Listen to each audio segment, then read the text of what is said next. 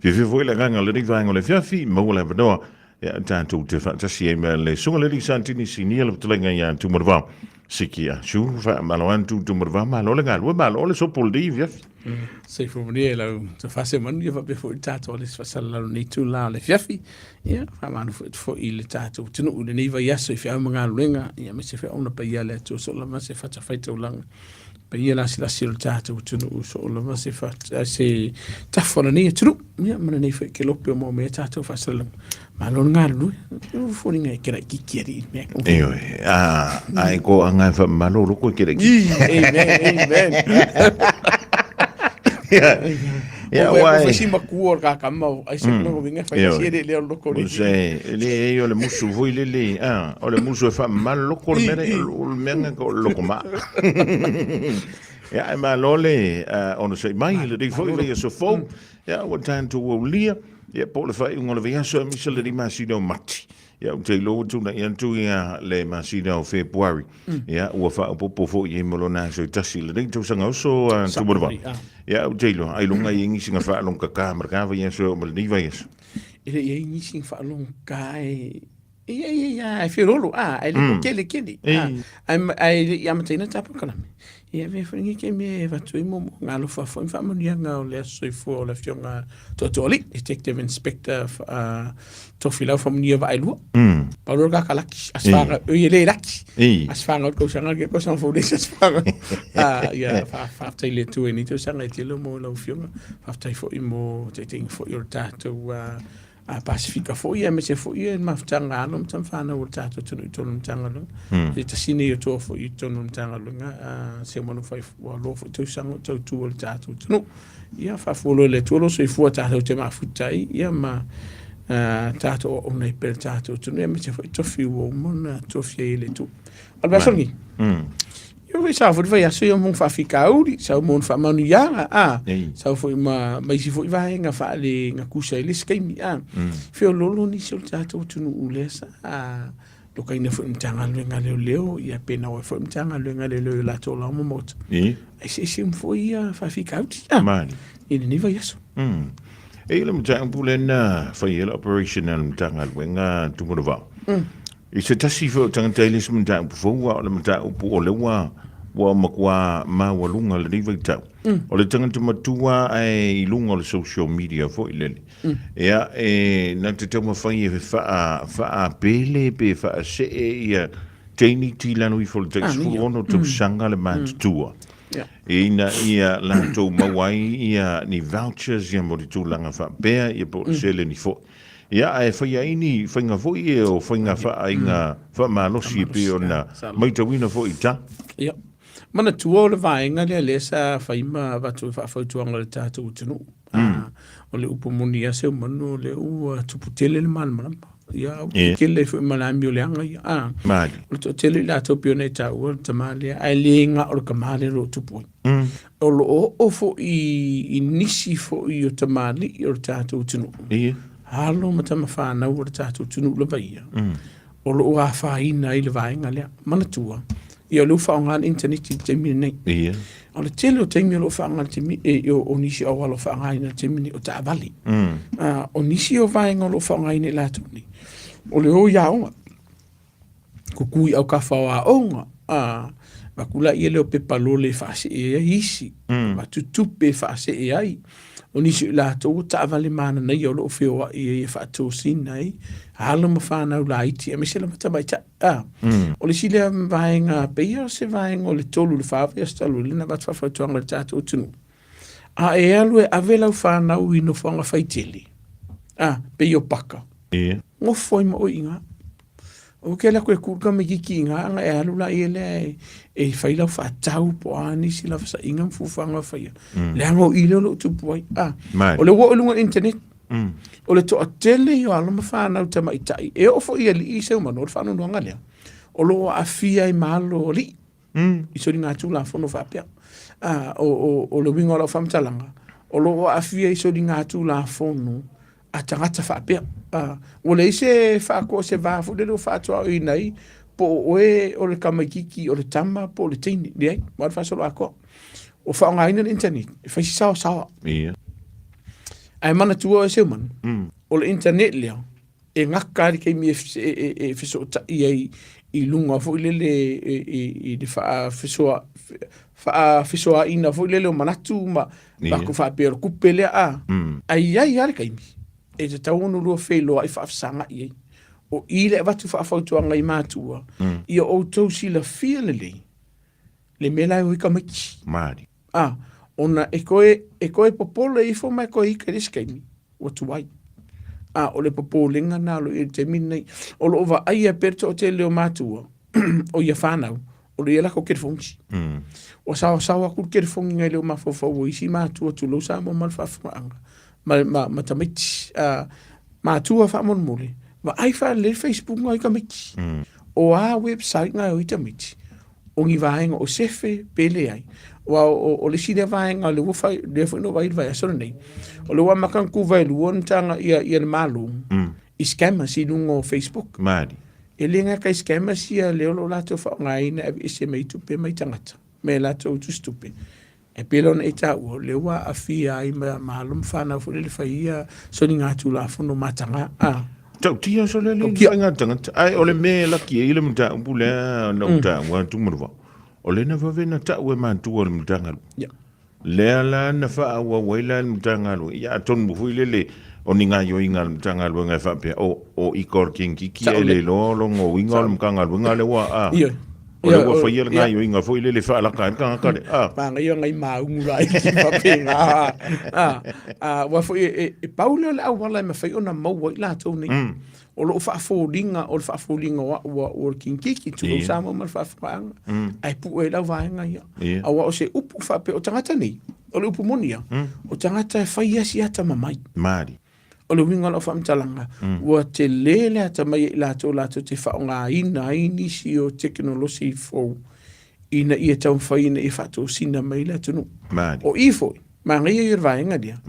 O lo ia inisi i lato lo whaiala ko fake pages fo i. Ai tau mo whaina i whaaleanga se tasi. Kau whaasese ai diskanga kai whaatau wa inga.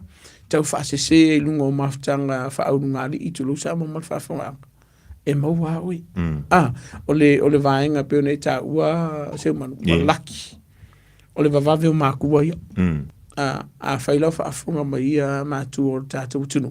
Wa kere ka ua ia inkia ma maori po i walanga o tātou pokalami Samoa. Mani. Whamolmoli, wata tau ona e tala no mtanga luenga. E ele manatu tātou listeimi. E mamavu lele kalangoa. Seo ke musu e ka mkanga luenga ki uwhape mkanga luenga leo se makuari leile ai. Manatua e le whape tustusi lima mtanga luenga a mela o ele seo mangum kwa lele le ia rapa inga lau whanga. Se i vangana ua i loa le mtanga luenga ua le lei ala whati le ino lo titi. Ia, o ngā wakuru le whauku anga hoi le ke kua duma le kako whamsingo nga ke kari morianga. Pe a whailea, ua e whata malama le wainga whana. La se, ile sao teknolosi whani yone po tumuru wau. O ye se vaenga whape le tātu mtanga luenga ma whaiona watu e whaiti o ngā tangata. Mo mei o fake pages. O le whati ta ingala ta mai o le maliu o le fionga ia whana na e Phil Collins. E le na o le tātu wala le o le tala noa i le mele. Ua tele tangata. Ia ua o la vai se tasi o whaiwhea ue pe o le tā ua mai le lipoti. Ia ua sign up o i whailele ua e whamai e tasi le tala te mata fua. Makau ki o ye ni teknolosi en faina faingo fiona ma wa mtanga luenga ia tangantani mana tua wa ye fo ivaenga o mona ta pena mtanga luenga ivaenga fa pia o la wa ye ivaenga o kaimia sa wa ivaenga ye lo ye le tunu o le scam le melia e te tauna longo mtanga luenga fa ye lo mtanga luenga so senga o lo yaila le to mai fa pito mtanga luenga fa una la tu sa idea ila to kakala ngoi fake pages ye pena e sa u e le aise le anga o lau fake page, ma vaenga pe a whaiti tau whai e pui au fōringa manisi vaenga. O le taimi e te whai e soli ngā tulafono, e whaonga ina i lau fake page lea. Ia. Tarwhati i e wha matanga i se tasi. Ai lore lea kanga ua wala matia i lona soifua ma wha lea ngā ina i lona tangata. I taupa lea ai. E iei vaenga whenga complain na defamation po le tau wha ele lea e iei vaenga i mawhaiuna i tala noa i mtanga lunga leo.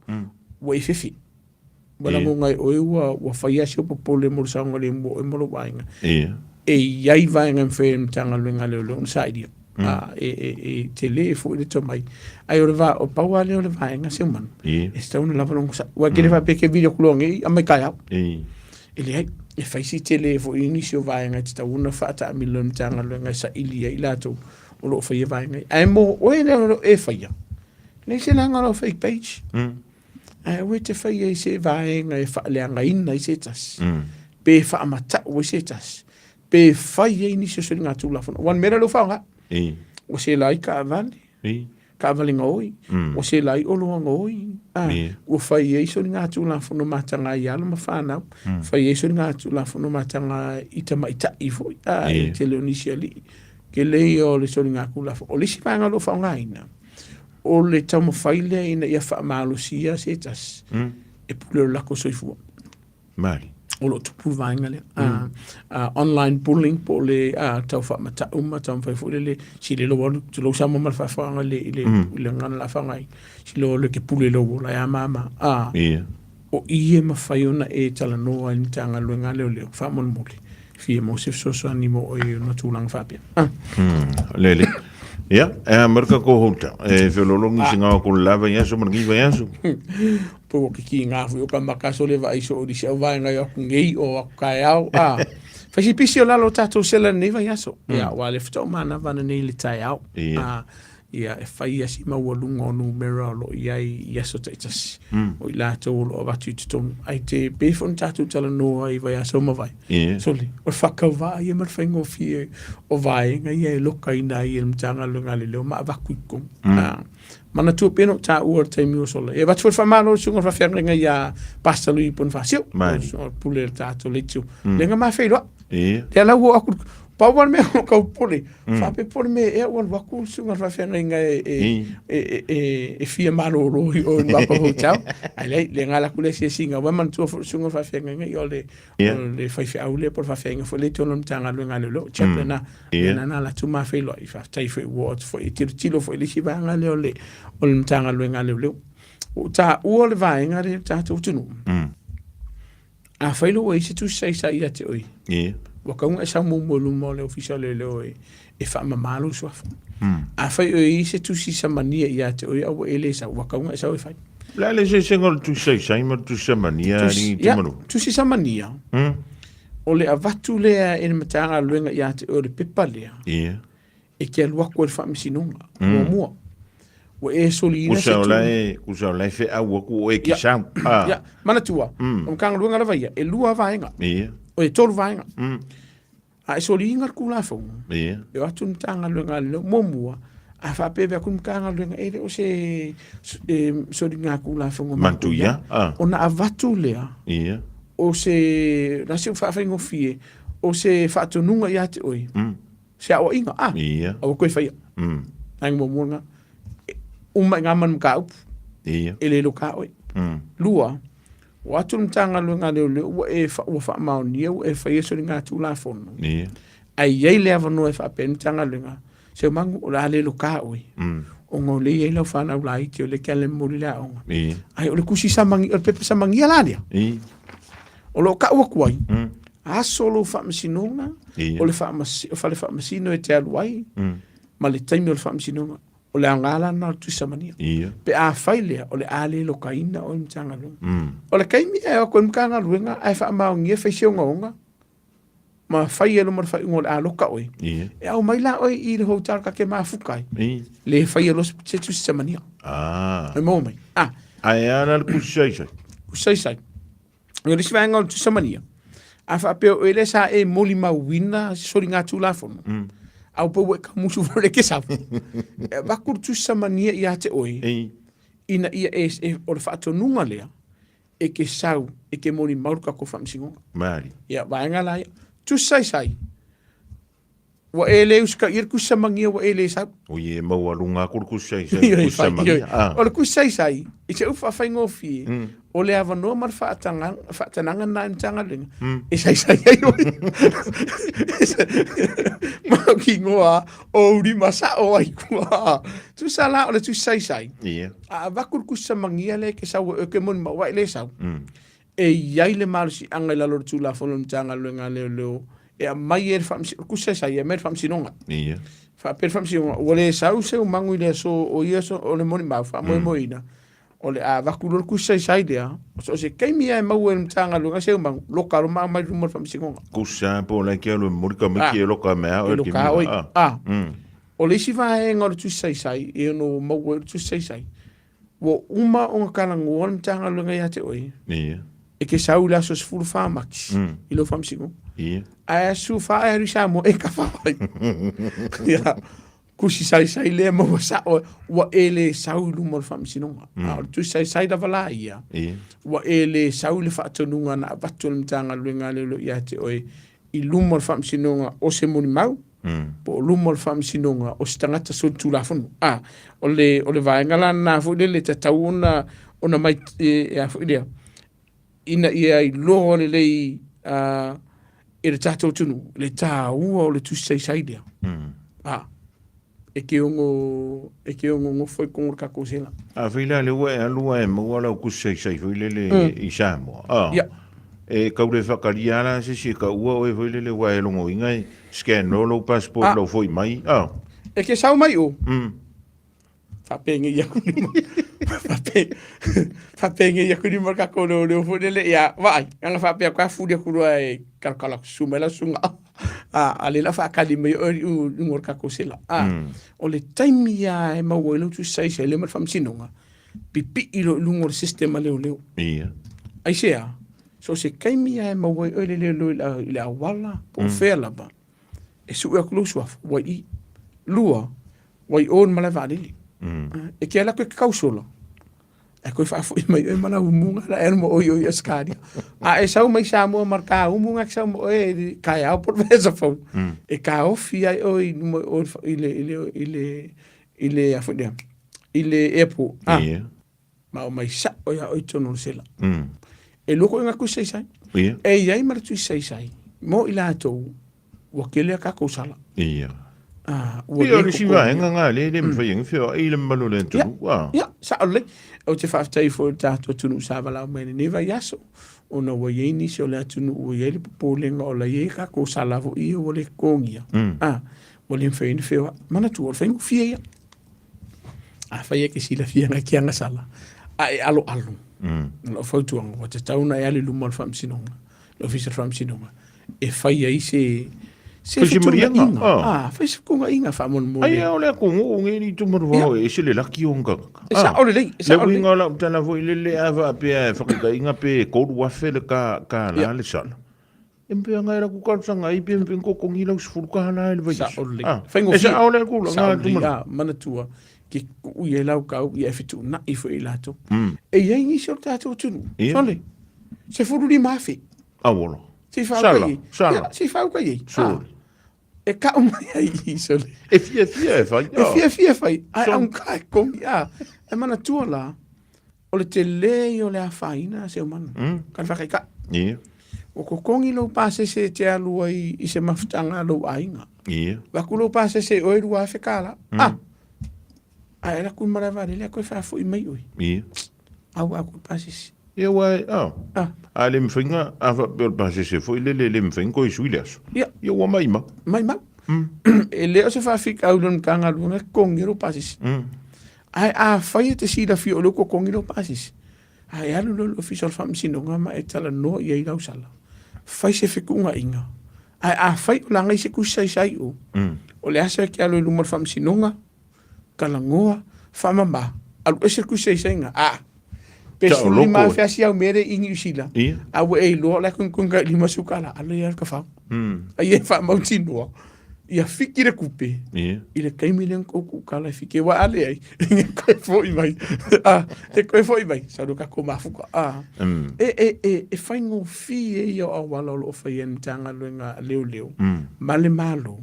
e so so ni tato tu al ka ko ku tu lo sa mo mar fa fonga e fai me ku e fa le ke e ye mal va nga fo tu lo sa mo man ne pe fa fi poco e pe pe ki di ka ya ki ona va nga la iti e fai ngo fiel a wala fo ai al ke le yo le a faina pe a fe ki di fai singa nga fo le a lo fa mo o la vi mo lo ainga o te fa tai tato tu no wala mai uno ye inicio la to ainga le fo fai malanga isi atu mani usila e inicio lo fo fai malanga mai o le sa o ta faunga a o ma wa kukushi a le fai en me da ya mama le woman a i fo tuanga o to la tato por kalami e va ku fo kuanga ani vai nga feuna ai o quero ka ulo ngo e fami o si ina fami e kenso ma le se me fa pega tu sai la ma tu samania e se tau o tu si e peno tau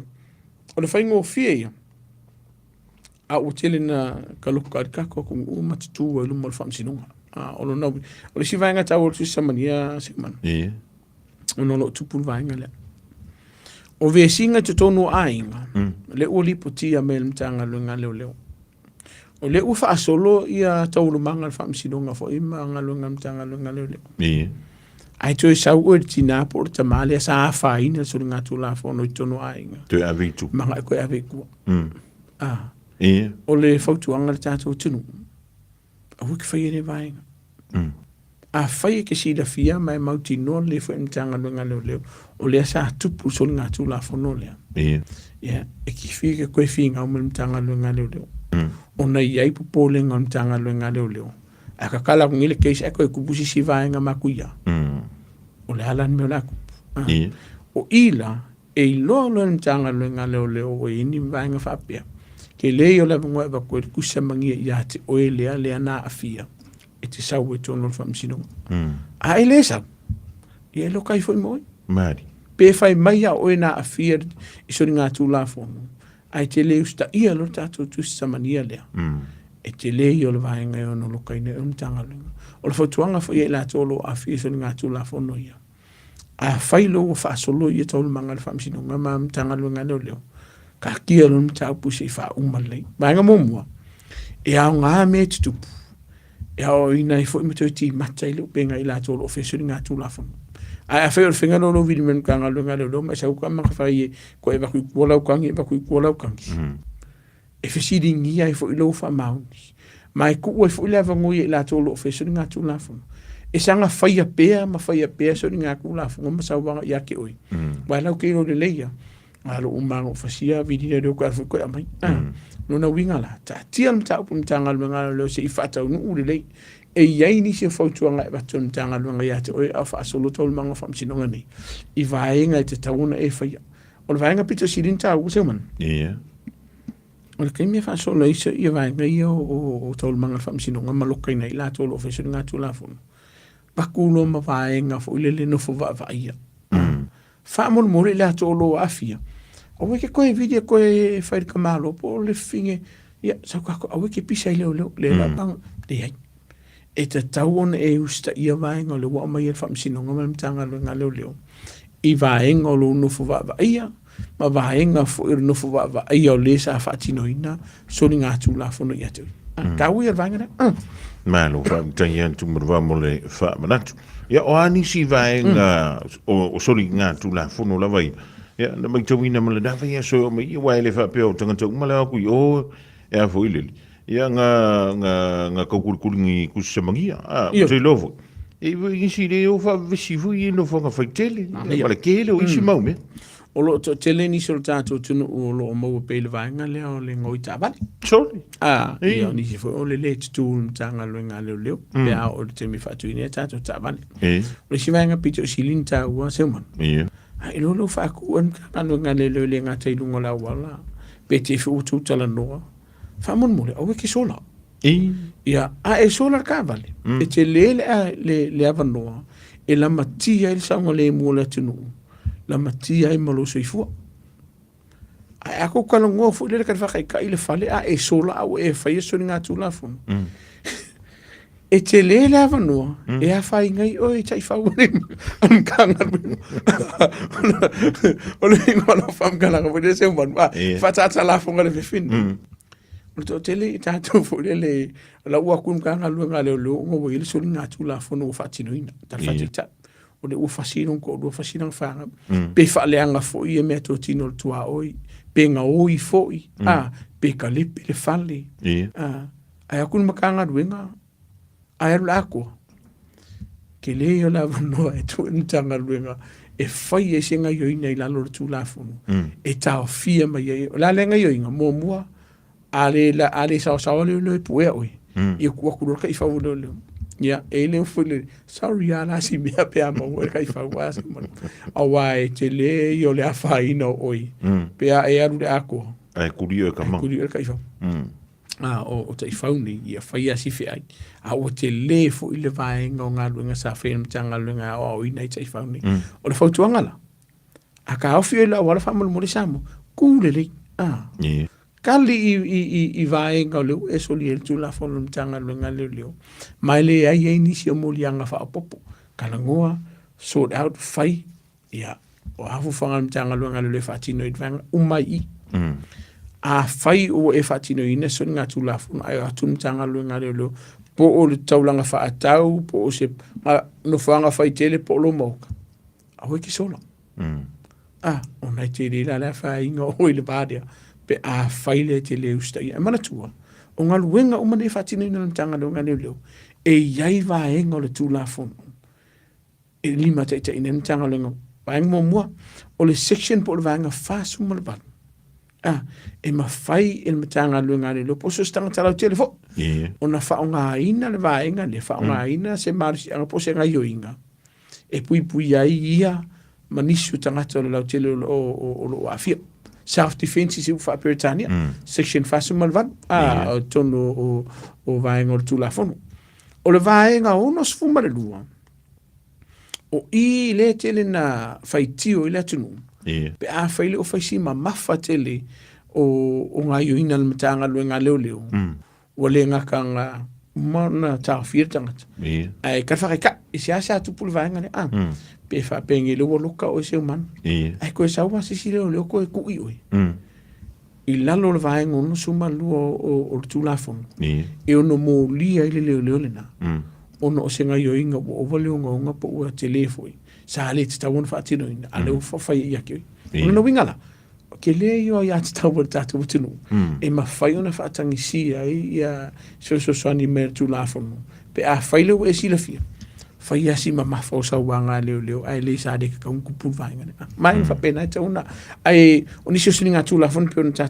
no ai ka le pe fali o i ka vali ka le pe ta vali ni se la to ngo i fale lo ma supermarket o li si vaenga le lo fesita tele termine o lunga la vai o la wala tele so ninga tu la fono i tatu ta vale le pepa e le tino po le saunga le mu la vai o le ta vale le ia ko ma la ka vale fe lo yo nga le ia ko ma la ka vale le o se la isengi ala kami fa solo ako o i le lo tele na to tele tatu tunu ele ngata ina mo lia le fam sinonga arkele yer kupele alo le vale le tele so nga tu la fono se fa tini na vai sono nei o lo afi el tatu tunu o le si vai nga fa no lo vai termine se man fai asi fe lo tala bola i ti Samoa lo afi so nga tu la fono tatu tilo i tau sanga ia po o se vai ngol sfuma le fa sfuru lima sfuru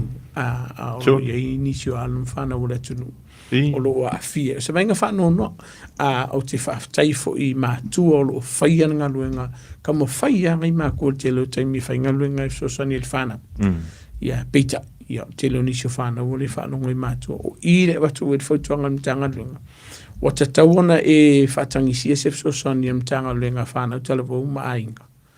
E sosani ate o i whawhita au lulu. Se fulu whakau sanga a leu skai. A leu skai. O i kano whai. Ia. Ka fiona. Ia.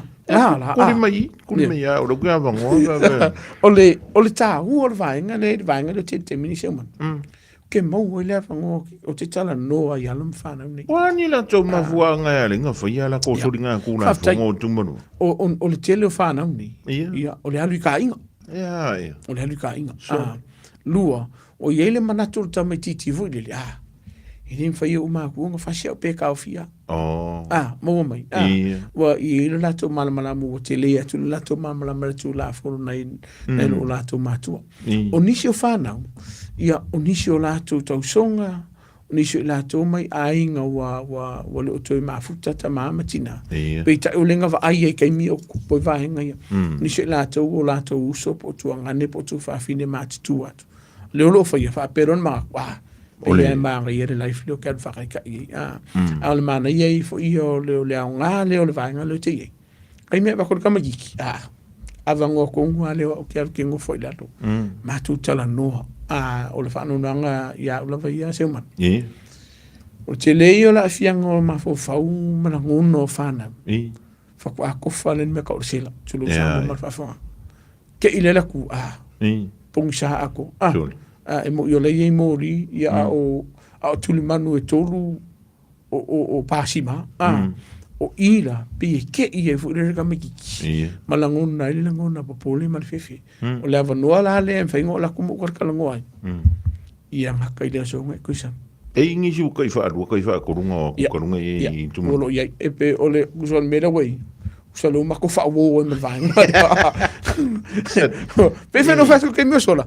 O mai ngei, o mai kae hao, o mai karaku kae, pe uwhai masa. O a kua i ngā morianga i a leina o tu tonu. Ia, mana tua o le vaenga tāua. A whape renga loka o te whati ta. Renga loka o i le karepe ingo o se whali. Ona e noforo le wa avi o le whamsinonga. E hei lo malo nofo vavaia. O le tele la o tātou tinu. E o akui o. Wale uska ia. Le ngofo vavaia. Aia inga o le nofo vavaia. O rongo inga wo le tewi e le me whai. Fia koe ngofo le whale. E o le whakasikare. Me whai ngā au i ere maru. Mana tua e sau le lusu mal whai tū la. Se upa whai ngofi o e whale pui pui te tono lo lava mota po lo lawa. Mari. E iai nisi o i la tolo o mai e le whamsinonga le avanoa. Ia. E keru ese mai le whale mai le fiku le kai au. Ai e koe o mai le whale le itaina le fitu le fiafi. E mō mai. Fua lai e la tolo o whainga luenga. Po ia ma fua le teimo la tolo soli ngā tulafono. O ia lo to o tele le tato o tunu o lo au mai. O le leo sta i o nofo awa ia lua. O le si vanga lo to tele le teimi e ia le tato o tunu o lo o mai. O sa wanga i te tonu a inga. Mari. A mai ngei. Koe vai risi dua vai asa, koe au mai fo. E rea sala mō. E mana tua, e iai lea wanoa e mawhai o na talo sanga i mtanga luenga leo leo. A wala koe kara oi ave ku ui whar puise i o uri sia solo whamsinunga. E leo wha Britannia up to peo po le opposition fo le peo. Po le te elea i lo nofo vavaia. O lo na winga la. Pengo ka ua. O le la hiki i o vaenga ia. E whaingo fia o na fo ia. Ai olo a vea ma vaenga e to tine na kaluka me tātou tunu. Pera leo tātou tue fo ila i alum whanau ia. Pe o le sile vaenga. E ofo ina iuso ma tō whaafini o tātou tunu. O mar Pasifika olo o mai lalo sela nei. Te leo la vano en whaino o lo talitana noa. Koe ki maka leo penga. A whai ua sasi. A whai ua e sasi whaase funu. Ua tauna whai sisi vaenga so sani mo i. E iele i o tero tātou tunu. Olo o mai tono tātou sila. Soli. Ai manga e pule ala koi kai me ai ai.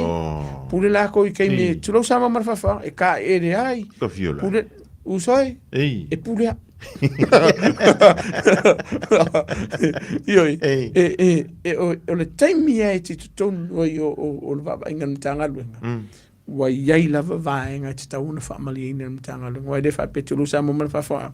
E kausa mingei wa di sinda afai kula ko me sa me ai de ai no mo fa tu langa le mantua e de nga o e pon ka le tu lo sa mo le bu fa nga ina e de nga o pon ka le ko ngor sela o lo i fo i maisi e te tauna ave fo i ele e so so nem tanga lu nga le al to telefone ni so ta tom tanga lu no ta to tu me a me ko ngor sela pe fa de ni si mo pole pe fia o le fa no nga le o le ava no fo ile ngol ka kana ngoi o le fautuanga na tātou tunu ai e tele e whaia sori ngā tulafono e mafau le inisi o vaenga i ono afia e mana vaenga e o wa manatunga o ia ai ke le o le afaina muni ane wa vaenga ia ke la kusu sa ngaruenga ya pa parpala lingua e umar furu lo le la e se parpala lingua e le fai e o tele no ngaruenga tumuru sa le e lua ia ko nga siaki o o le siaki vo le peke fo nga inga ia fo la au sai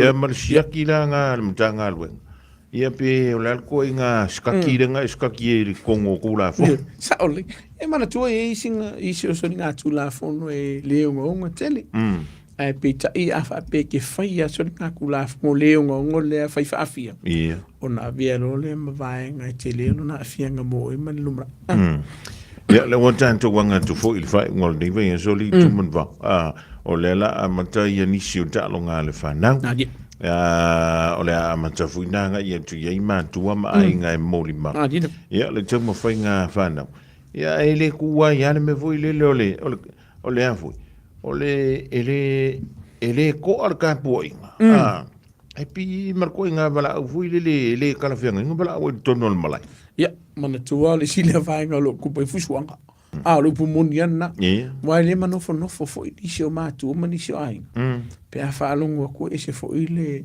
lau sau fo i po i taimi o ta longa fa na mana tua e ke le vai nga e ono a fia e tulafono pe a e fa tu pu se fa la ve tono ta longa nei mali ku ka me ke fo fusi kongo malai o lo ia la fo li fa ia le vai nga o le o ta to te furfuru lili Michelle Obama tu warke le sifu su angalo vai seman ma kai kama isole ongolo kama ku isi piko au fe su angala makama e te lele vai nga e ono fa sa ina i oi onga e ko makama kaskalo mali e te le fo ile vai nga e ono loka ina i oi mtanga lenga mamoli e tulafono ta tia ta longa tamaiti e va turfa malo i matu o lo faia nga luenga o le lango ina o le fana ai o le fautuanga la vien tanga luenga la valunsa vai di saunga le mu o le fana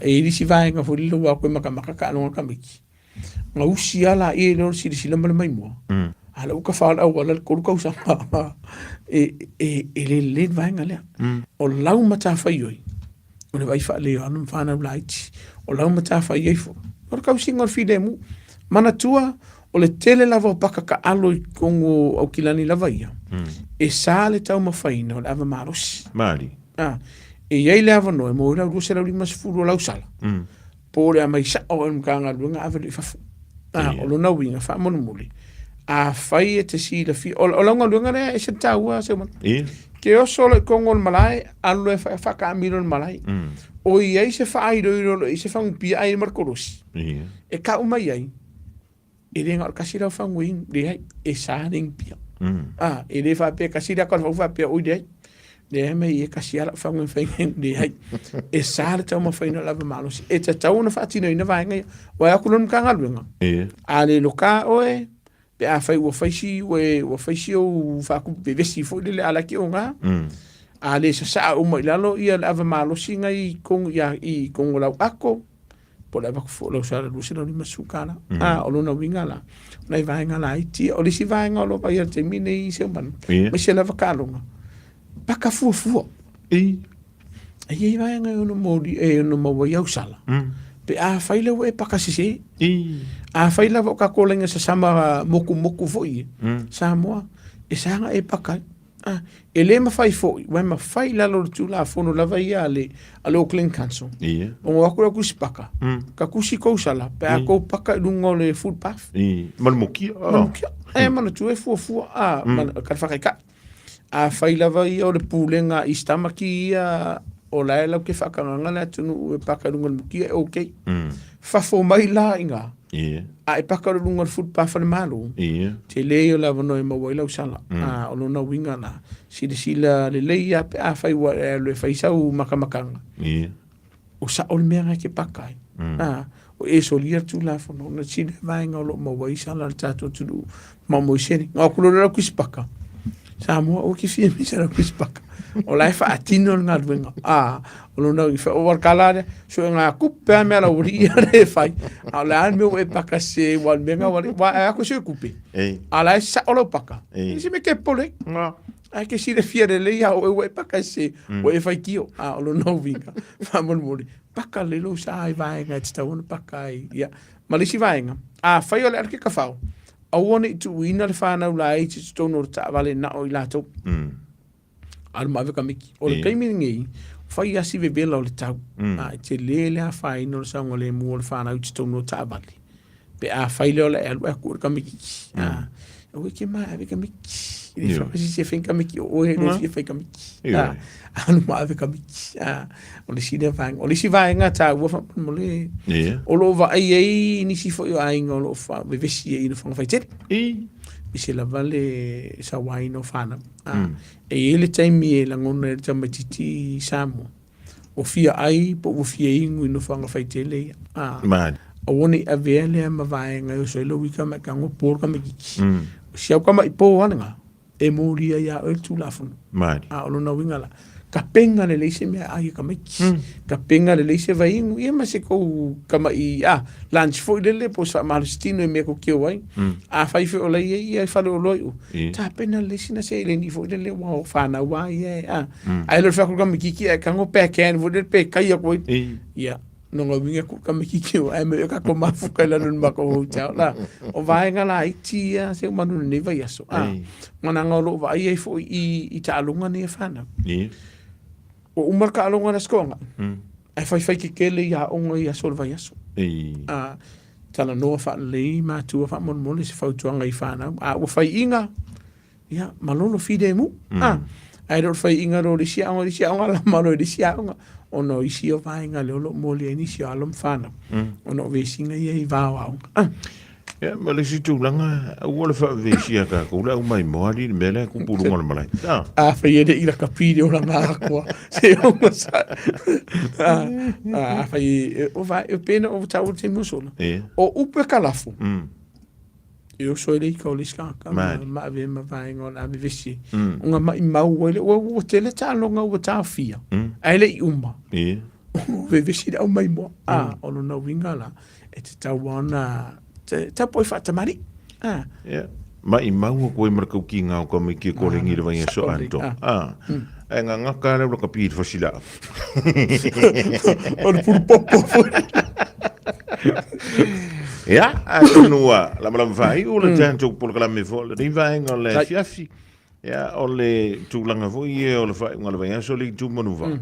Ja, anga ele manu le tu foi le sa ninga. Lo tu atunu tasi le vai. Pe a foi ele ke le se ka pakal to e kalisia. Ja, tupu mai ia le vano foi le e mo wan sala. Sa ole. Ele nga ka le mo wan sala. Ole o mo yo lo foi ko. Wai si ko ngaka. E le mal mele ka ora kala le mo foi le. Ianga e ka fa fio fide fa fo pe fa fusi ke le mai le ska va le ya. La sa fu tuanga tu la ngale tu mo. Paka ale le ia la paka. Paka i vaenga la o mona fatonu ina e paka i sa taban. E le si me pole. Alo la kule kan fe mo mongo kula piki ap ke le ska mai paka la kikia. Ai kiki ngola kikia. E ke re ofi. Ke re fa fika uri. O le si da vaenga o ta ua i vaenga i o tato sauninga. O le si da vaenga o lo te leni se o tato tunu o lo salai. Wa paka se se i rungo kako awala. Ele iai se vaenga Samoa. E o watu ele mtanga luenga. E ka kusingi sala i kei mi o loku. Pau wale vaenga e mawhai ono o te mtanga luenga leo le o le tau singa leo le filemu. Pe a whai wa iai nisi o le atunu ua sai mai. Ono le pakasisi o ka avali. Whamona mure, o ke polo ka. I e toa wa iai si ainga. Mali. Ona o ire, e maua i lau sala. O i le si rea vaenga o lo e vesi e ka le sia ia manisi fo yo ainga matua oi. Ia e lo e ka le sia uma. Ua kuisi paka sese e le aila se a whaino lo paka sese fo i lili. O ke polo ka vali. O lo nau inga whamunu mo le Samoa. O wunge i ka ko i se manatu fo i le e le asisi e video nga le moke o le loku le ai. O lo i e lava to telo la tunu o lo valamai. peno taua ele o kun kanga luenga a mela kalama i le kale si e ka kusipaka le ai ia sala le ai pato aton tanga luenga o le avatulon fautuanga ia warsanga le mu le tunu matau si lo file mu a ka kala ngole weekend o le mana i o le weekend ni Samoa pe a fai inisio a inga tautele i mafuta pe wa a ko se vai aso po si lo vai aso ke de o koe mo mesekala po okay alo siaki ai se a o lo ia inisio o le atunu ua maule soifua no nofo na o i lato le vai aso ngai ia na ia inisi fo ia wa maua kutulu Samoa marfafa no waka ilua kolu vai aso talo na maliliu ai li lo a hinga na ala nei lo e mitanga luenga ono tua oi tu lo so fi Samoa male ngana la fa ngaina o yele manongi le vole le o sa mai fale o la tola mamota al fengo fie ia ai ai se tasi mfuna lo siaki e mo ia ke fongi pe tata la noi se mo no ia ta por kala mo vai tu e mo ia ke fongi le se tanto nunga tele lo ia o lo walu le ia mautino ina po o saunga le mu la to po soifu le lei po soifu malolo ina po ye fu se vai ngolo manamia o lo winga lo famtalama lo weekend ngi ma ye pe afa ini solo ai ngate sila fia mo molo ini ngase tunga ngo fonga ilako luolo ini si o ngase lo mafo no fona ilato ni pe ke si fu yo ai ngalo ti alu ko fa ma sangi ko ai wala wa ji agora mongi eri tumu iska eu markimi eri ko fi lo ila ko ai ai ma fu mal tulanga fu ile ua le ko fi fa bla ale oranga e i fungi kama e amaka ngi kama i mea ai umangi tali se pia lo ko va mai ria e shama ngi ri malalangi ya sola saule o le vainga ta ona ona le fa no ranga na lo yai o lo yai ni si o lo no foto tas le ma soifua ia ai le lo o kwa ke ia ai le fa mtala tu e baby fo nkanga lo ngalo le pe o tanga lo ngalo fa pe bui wa kurva ya somo ke lo filo lo no winga fai masa si tato ai ma se lava ta mam tina mat tu o li si vai ngolo a fiel to te lo tato tu no german io la to fulo mo ngasi tunga fa mo tino o ingola ko fala tu lo sa mo fa e le fa pe fa ko se o se amu pe ya e te tau o li si le vai o lo te le tato tu no lo a fia